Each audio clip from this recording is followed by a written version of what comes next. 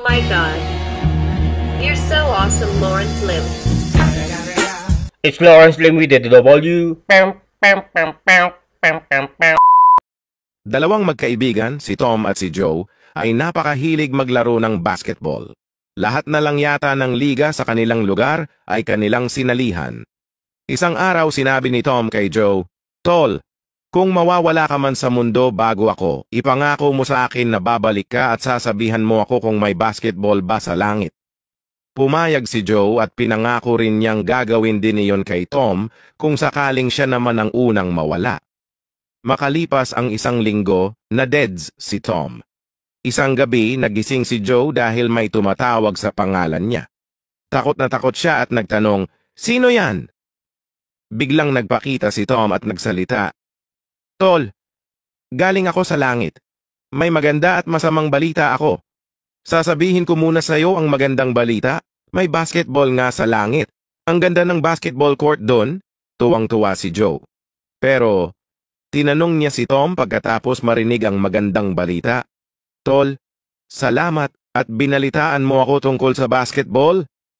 Ano naman ang masamang balita?" Tumingin si Tom kay Joe ng seryoso at sinabi, Tol, tiningnan ko kasi yung basketball team roster at kasama ka daw sa starting 5 bukas."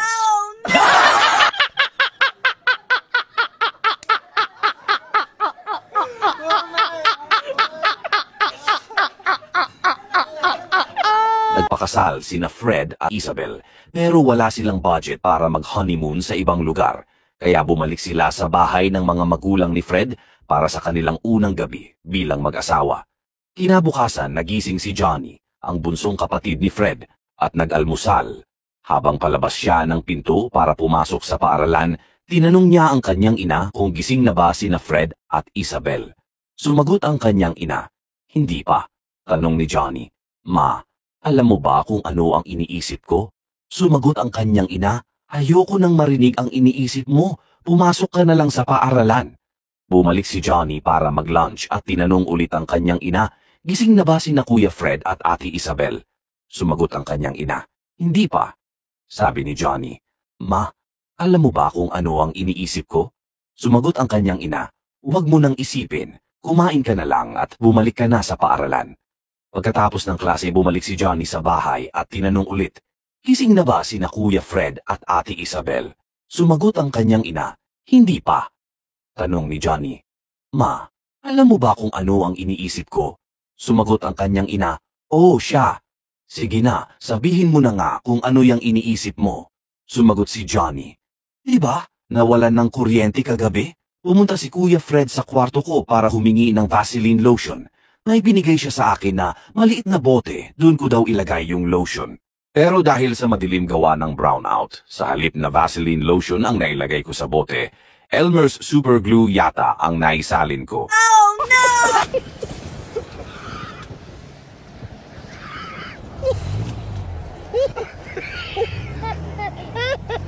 Isang araw sa klase, "Mga ba, kung may 4 na ibon na nakadapo sa bakod, tapos binato mo ng bato at tinamaan ng isa, ilang ibon na lang ang natira?" Tanong ng teacher. May isang estudyante sa likod na nagtaas ng kamay at nagsabi, "Wala na po." Sumagot ang teacher, "Mali, 3 pa rin."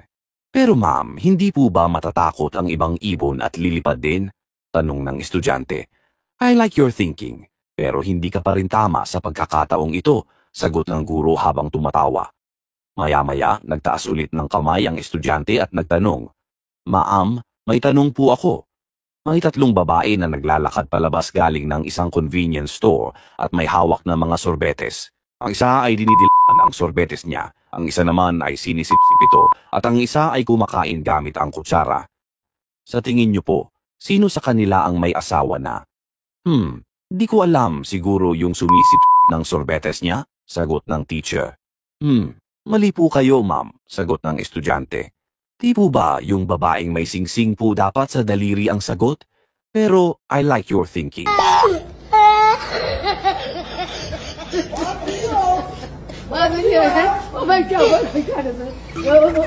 Isang kakahiwalay lang na mag-asawa ang nagpunta sa isang trial court para dinggin ang kaso para sa kustodya ng kanilang anak.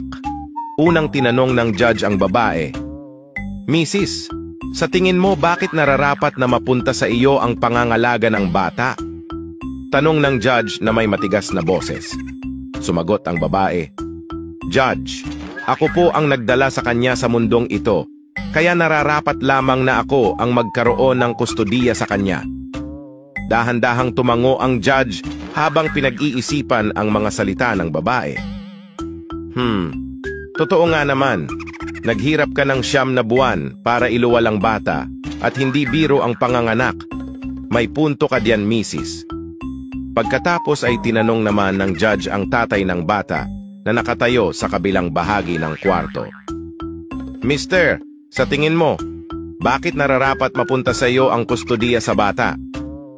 Nag-isip ng matagal ang mister at pagkaraan ng ilang sandaling katahimikan, siya ay nagsalita na rin. Judge, ganito po yan. Kung ako'y maghuhulog ng pera sa isang Pepsi vending machine at may lumabas na Pepsi, sino po ang magmamay-ari ng soft drinks na yon? Ako po ba o ang vending machine pa rin? Siyempre ikaw kasi ikaw ang naghulog ng pera eh, sagot ng judge. Ayun, kaya sa akin dapat mapunta ang pangangalaga ng bata, di po ba? Logic, wika ng mister. Gago! Subscribe to Lauren's social media now or I will weather modify your area so you will have flood for a week or so. Or my name is not Donald Trump.